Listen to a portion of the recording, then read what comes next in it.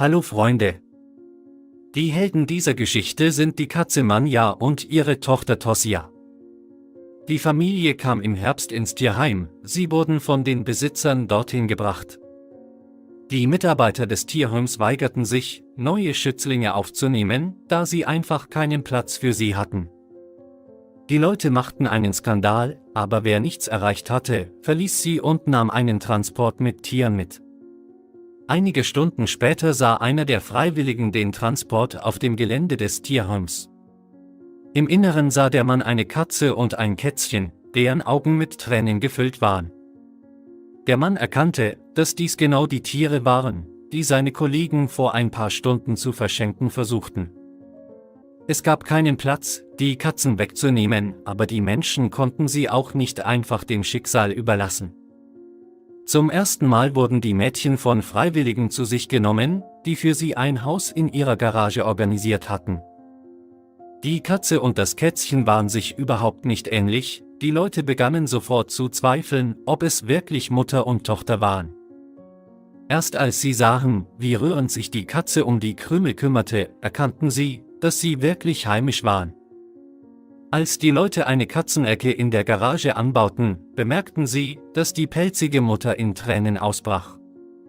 Sie hat wahrscheinlich vermutet, dass sie selbst und ihr Baby ohne Haus und Besitzer geblieben sind.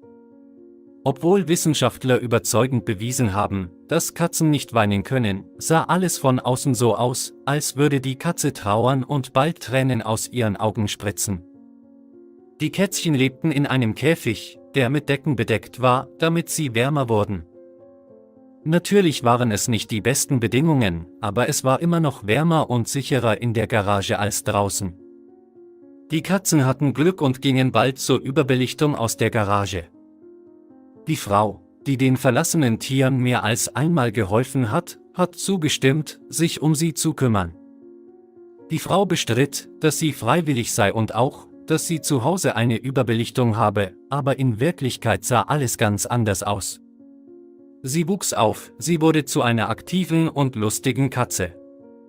Kaum wurde das Baby selbstständig, fingen Freiwillige an, ein Haus für sie zu suchen. Niemand wollte Tosja wegnehmen. Im Laufe der Zeit wurde das Mädchen sterilisiert, und sie lebte immer noch in einer Überbelichtung.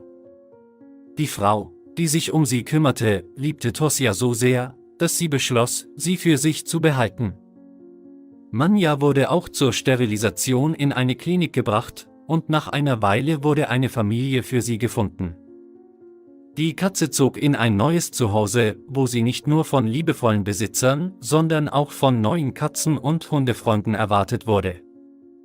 Manja hat sich schnell an einem neuen Ort aneignet und wurde sogar zu einem Anführer unter anderen Tieren. Nachdem sie überbelichtet geblieben war, ging sie einige Tage durch die Räume und suchte nach ihrer Mutter, aber nach einer Weile nahm sie die Trennung an, die ihr durch die Fürsorge und Liebe ihrer Herrin geholfen wurde.